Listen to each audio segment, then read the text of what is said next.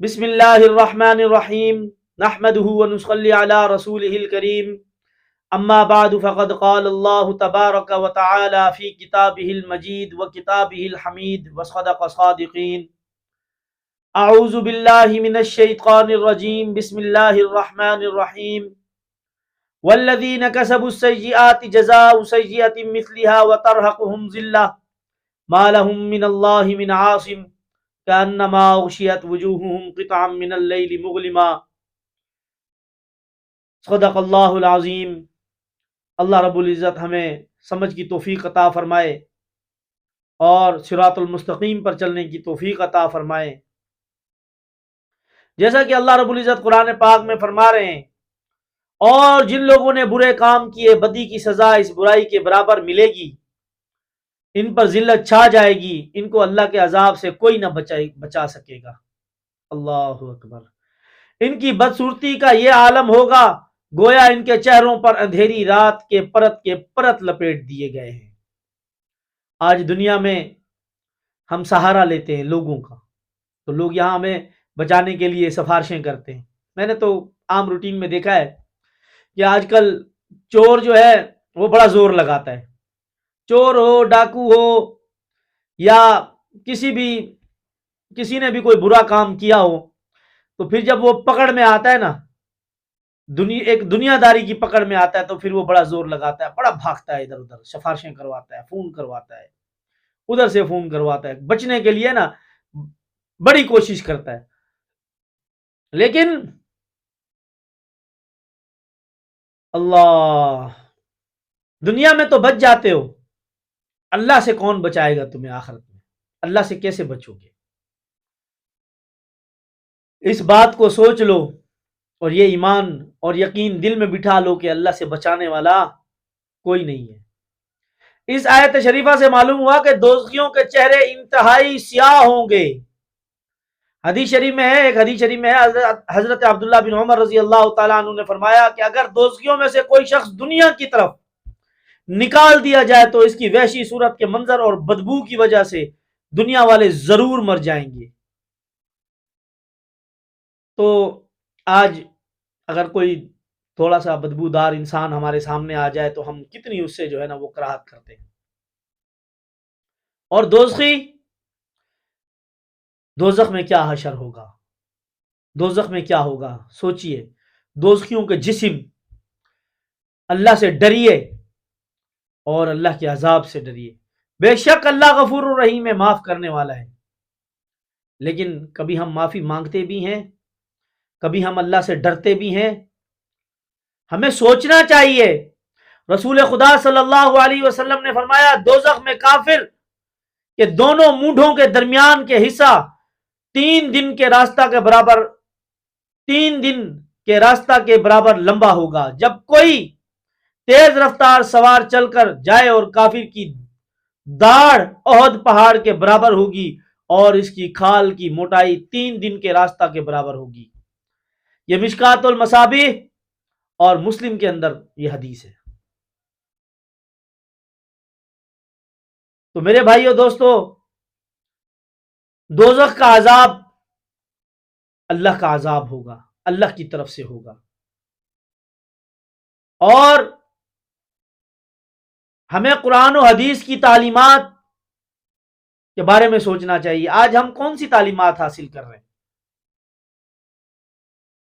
یہی دوزخیوں کی تعلیمات حاصل کر رہے ہیں ہم لوگ، برے کام کر رہے ہیں، دنیاوی تعلیم حاصل کر کے اور اللہ کو ناراض کر رہے ہیں ہم۔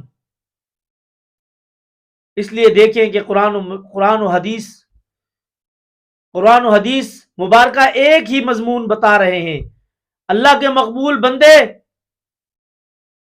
وہی ہیں جو اللہ کو راضی کر رہے ہیں، جو اللہ کے بتائے ہوئے راستے پر چل رہے ہیں۔ اللہ کی پناہ مانگو۔ قال معاذ اللہ، کہو میں اللہ کی پناہ مانگتا ہوں، کہو میں اللہ کی پناہ مانگتا ہوں، کہو میں اللہ کی پناہ مانگتا ہوں۔ اللہ سے ڈرو، اور دوزخ کا عذاب بہت ہولناک عذاب ہوگا۔ اس دنیا کے اندر یہ جو برے کام کر رہے ہیں، میں اس موضوع پر کئی مرتبہ بات کر چکا ہوں، بار بار اسی موضوع پر بات کر رہا ہوں کہ وہ کام جو ہمیں جہنم میں لے جائیں، وہ کام جو شیطان کے بتائے ہوئے راستے پر ہوں، وہ کام جو اللہ سے ناراضگی کا سبب بنے، وہ کام جو قرآن و حدیث سے ہٹ کر ہوں، میرے پاس ہمیشہ الفاظ نہیں ہوتے کہ میں سمجھا کر بھی اور نہیں سمجھا سکتا آپ لوگوں کو کہ میں کیسے سمجھاؤں۔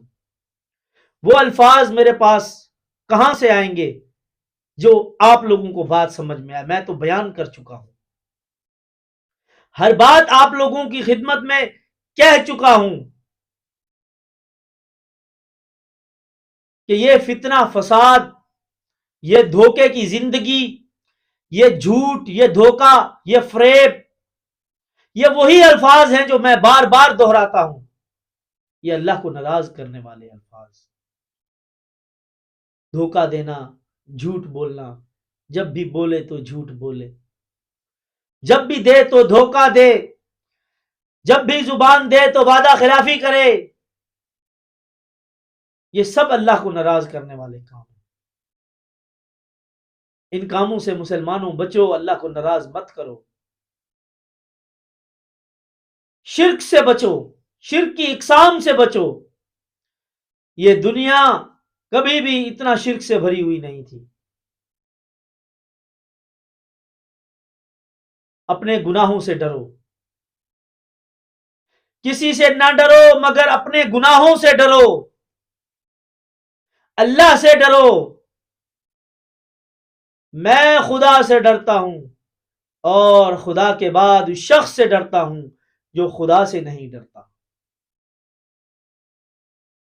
اکثر لوگوں کو آپ لوگوں نے سنا ہوگا کہ ہم اللہ کے سوا کسی سے نہیں ڈرتے، ہم اللہ سے ڈرتے ہیں۔ لیکن میرا یہ ماننا ہے کہ میں اللہ سے ڈرتا ہوں اور اللہ کے بعد اس شخص سے ڈرتا ہوں جو اللہ سے نہیں ڈرتا۔ جو اللہ سے نہیں ڈرتا اس سے ڈرو، اس سے دور بھاگو، اس کی محفل میں مت بیٹھو، ورنہ وہ تمہیں جہنم میں لے جائے گا، وہ تمہیں یقیناً جہنم میں لے جائے گا۔ اور کسی سے امید نہ رکھ مگر اپنے پروردگار سے، اپنے پروردگار سے امید رکھو، اللہ کو راضی کرنے والے کام کرو، وہ بے شک غفور الرحیم ہے۔ اگر کچھ خطائیں غلطیاں ہو گئی ہیں تو اپنے گناہوں پر معافی مانگ لو۔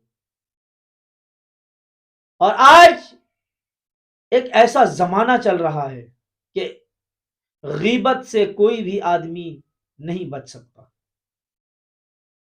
غیبت ایک عام گناہ ہو چکا ہے جو ہم بیٹھ کر کرتے ہیں۔ اکثر لوگوں کو یہ پتہ ہی نہیں کہ غیبت ہے کیا، غیبت کسے کہتے ہیں۔ میں اس پر بیان کر چکا ہوں کہ غیبت